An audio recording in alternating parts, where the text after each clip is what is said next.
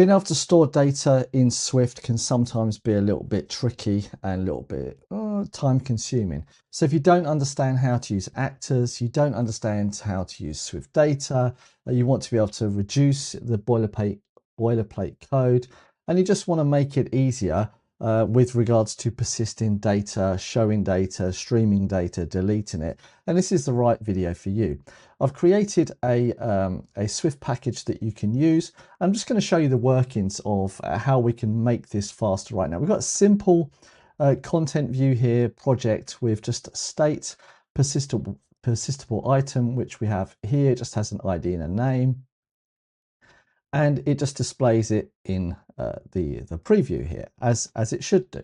So what we want to be able to do is we want to be able to persist all of these items to disk and have them preloaded to us already. I'm not going to write the code, the imperative code that I would have to write, but what we can do is we can change this to just to be a little bit easier and so on. So what we have is then we have a simple store items here, right? And this simple store items is basically a property wrapper, right? And it takes one parameter, which is our persistable items item here, and then we can say var, and we're going to say actions, right, instead. So next, all we have to do is come in here and then give it to the list instead and say, hey, show our data in the list, and we don't get any data whatsoever, right? But that's okay. If we now come here and we add a toolbar, and we're just going to add a button here, and we'll just give it a label, and we'll say system name, and just say plus. And in here, we're just doing this nice and simple. So now that we have this, we want to be able to add some items to it. So we're just going to say try await, and then we have save, and we can make a new entry here. So we just say persistable item, and we'll just give it a name, and it says this is a new item. And missing argument, we want then UUID clearly, and we can do this. All right. And now that we have this, when we come and tap this button, you can say, see, this is a new item, and it is always persisted there too. So if we want to now to have the swipe actions here, and we'll just do edge here, edge, and we'll do trailing. And inside of this, we can now have another button. We can just basically copy and paste this very, very quickly. And we'll just say then text here, oops, delete, and we can come in here and then say delete, and we can say the type that we want to delete is then this, and then the ID, we have access to it directly here. We just say ID, and when we swipe to the side, we get delete. Let's just change this to role and destructive, so we get a red button. And now we get red button, and you can see now that we get all of these items added when required, and we haven't touched the project whatsoever. We haven't added any file systems, we haven't added anything else. We've literally just said, hey, we have our persistable item, and we've gone from there. So this is really good because now our property wrapper, this simple store items, gives you a way of doing all of this loading and creating the database and the file and all for you in the background without you having to worry to do it.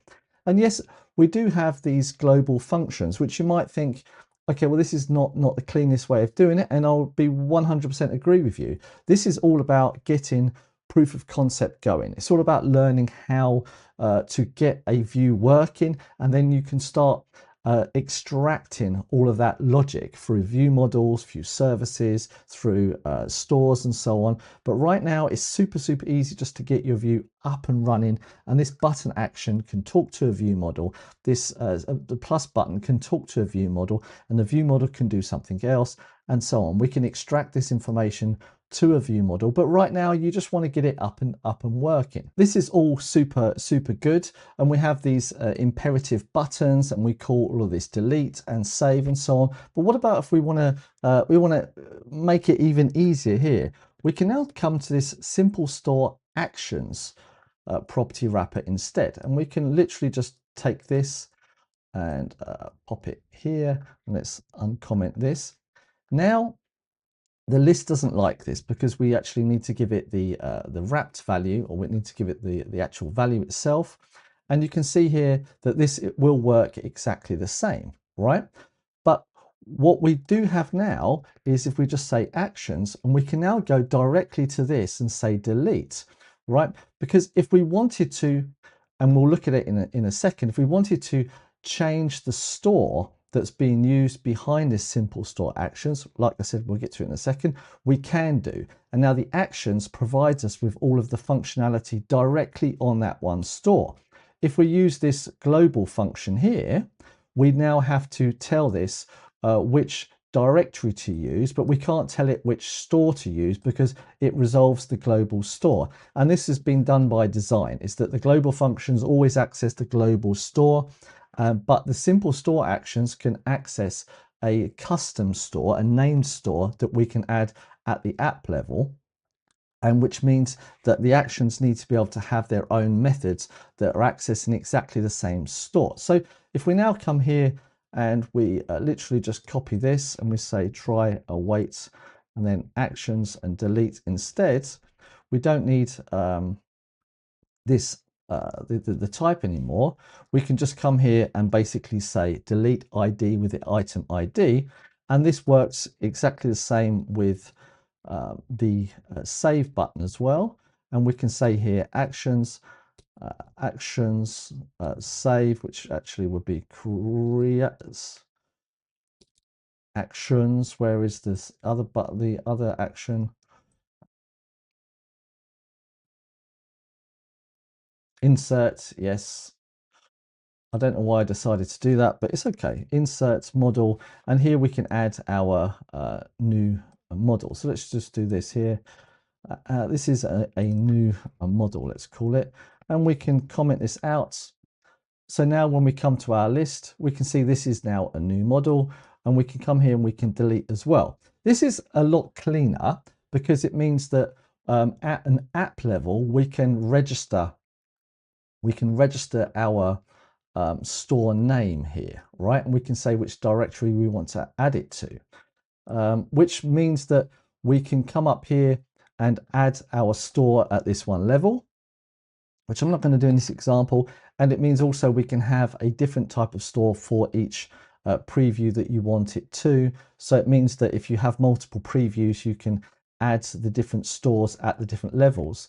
But this just basically means that simple store actions will always access the global store, but it means that you can actually set the global store yourself as well. And if we look at the simple functions file, you can come up here and you can see that we can register here. We can register a store now, and this will set the store as a name store here.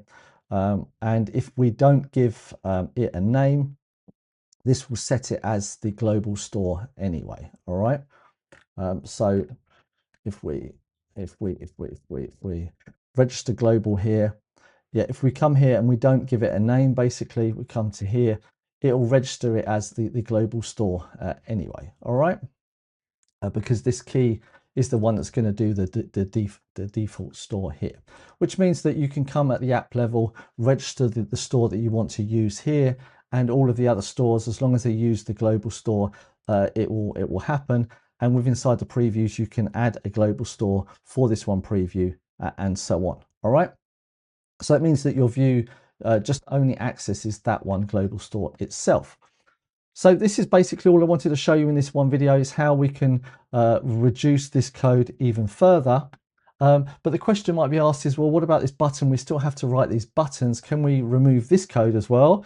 And the answer would be yes, you can. So we can just say here, we've got then the delete action, right? And delete action here just takes a, an ID, and then we can give it a label here too. And we're just gonna pop that in there, and we can remove this button. And then we can come here and we get the delete as well. And it would just be good if we could have one that adds a button too. So we can come here and say actions, and then we have insert action 2, make model. We just plop it in there, and we just make then this system name and we'll just do plus up here too. So when we come here, it adds our new let's call it action model, and we come here and we see how add our new action model. So it means basically now you don't even have to make the buttons, and these actions are directly linked with the actual Simple Store actions too. And beneath it, you're more than welcome to have a look what actually happens there, but that's not the whole point of it. The whole point is that you can just create stuff really quickly and learn about how to write applications with Swift. And once you've got the application running, that would then be when you start extracting all this information to a view model. Let the view model talk to the store directly. And then if you want to put the store inside of a service, etc., etc., etc. But this allows you to get your application up and running inside a preview and just go from there. So with that said, if you want to come and check out the code, then it's at github.com/David Thorne /simple data kit. And you can come and check it out, install it with the Swift package manager, install it locally, however you want, and so on. Is this supposed to be for a production ready app? You could use it for a small app, but the whole point is this is a philosophy about learning how to create better apps, all right? And get them working first, and then start learning about protocol heavy designs, dependency injection, deeper abstractions, and so on.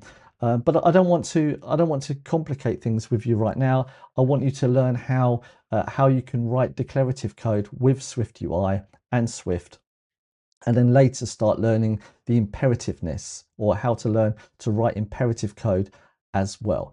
Am I a fan of using ChatGPT and Codex? Absolutely, but it's better to understand what ChatGPT and Codex is doing. It's better to be able to give them a good instruction of how to do it, all right, rather than letting Codex and or ChatGPT at the same time do all the work for you, which is why I'm a firm believer in, if you have 16 years worth of experience, you can use ChatGPT to write the code for you, because I'm giving it instructions.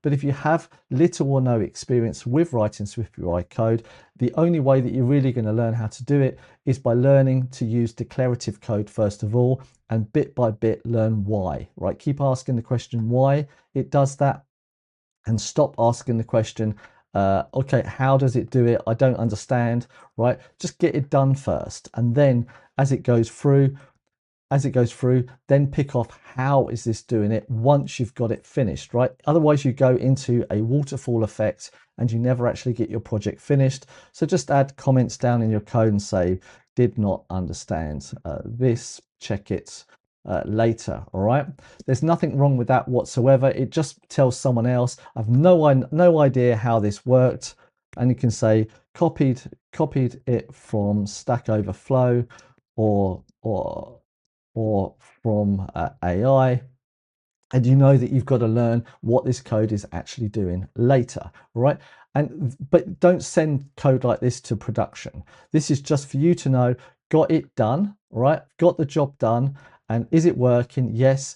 Is the customer happy with how it visually looks? Yes. Okay, now I have time to refactor and make it better, all right? And learn which type of architecture is going to be better for this. I keep using the word architecture, best practices, coding standards. These are the core things that you need to learn, but you can only learn them through experience of writing bad code, right? And what I'm trying to do is help you to write clean code and then learn how to make it better and have coding standards. This is the principle of it, is you don't learn to code, you learn what the coding standards are before you code. And as you get more experience, you follow your strict coding standards all the time.